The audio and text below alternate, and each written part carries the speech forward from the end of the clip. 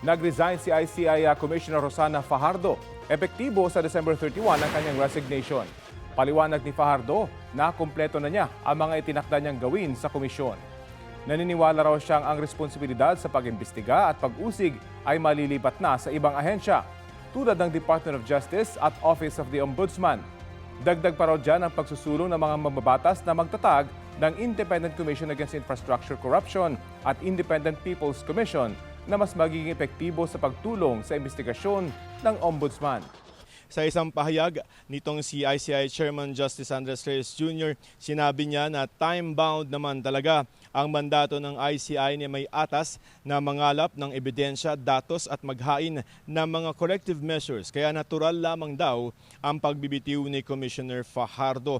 Naglista si Reyes ng mga naging accomplishment o mga nagawa ng ICI at sa ngayon daw ay tututukan ng ICI ang pagsasapinal ng mga natitira pa nilang mga item para isumite ito sa Ombudsman para magpalakas ng mga kasong isinampa at isasampa pa nito.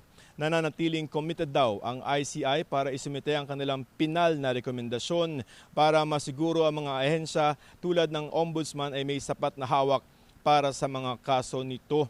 Pagsisiguro ng ICI sa publiko na tuloy ang pagpapanagot sa mga sangkot sa mga maanumalyang flood control project na sinimula ng ICI at tatapusin nito.